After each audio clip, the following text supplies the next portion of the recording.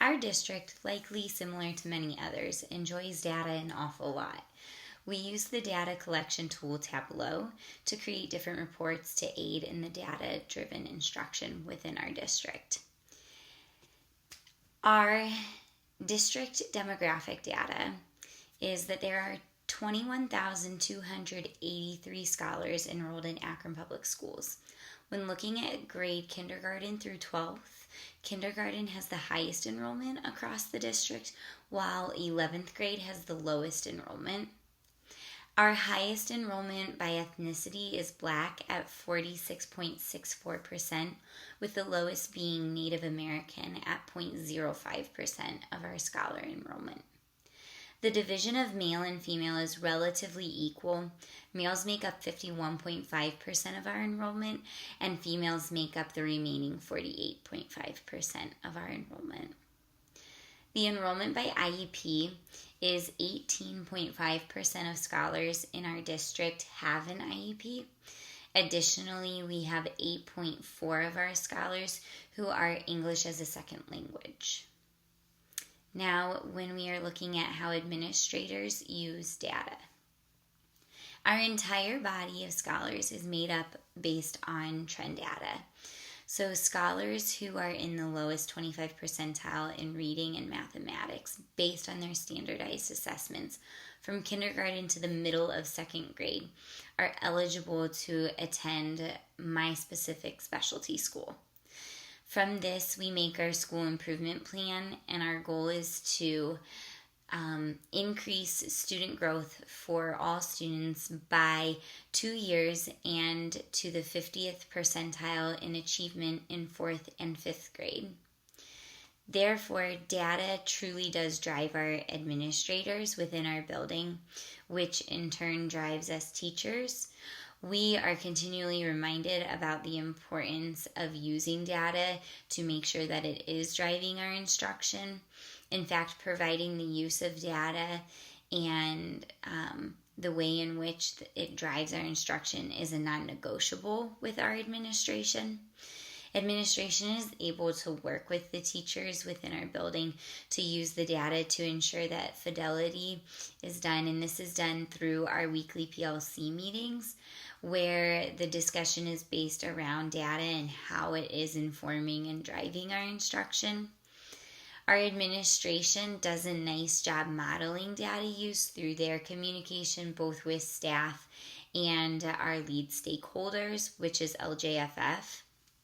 And administration also demonstrates the use of data when working to get kind of like the buy-in from the staff on certain issues or to inform the staff of urgencies within our scholars' performance, whether it be positive or areas of need.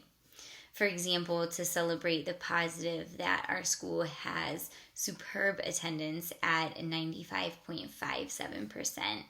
Administration was able to show this report and get the staff really excited for this accomplishment of our scholars. When looking at how teachers use data and the kind of supports that are available to assist them, ideally, teachers are using the data to guide their everyday instruction, not only unit to unit, but truly lesson to lesson, whether it be formative assessments or summative assessment data that is being collected, but every lesson taught should be driven from the knowledge gained through the data provided by the scholars on that specific topic. Teachers use data to identify the grouping of their scholars based on their ability and or their skill understanding.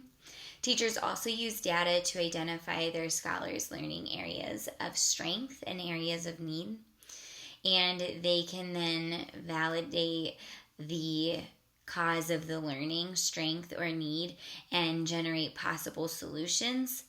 Finally, the teachers can put into action an adaptive and differentiated plan based on the data that they have collected to meet the vast needs within their instruction for their scholars.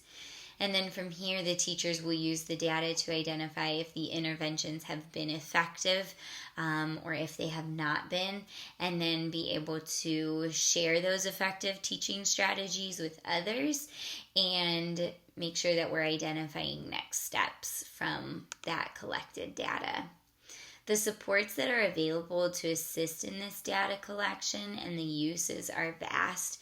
Using other colleagues who are strong in using data can aid in this tremendously. Also, instructional coaches are a great person to use as a resource for both finding and creating assessments and then knowing what to do with the data once you have it.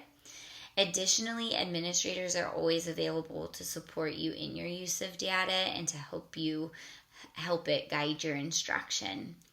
I believe that people who are knowledgeable in this area are the best support for helping to learn it. However, the district curriculums likely have data components and explanations, and then online instructional tools that support the learning within your classroom that maybe your district has purchased will also, or some of them may be free, but those will also provide really good data collection pieces.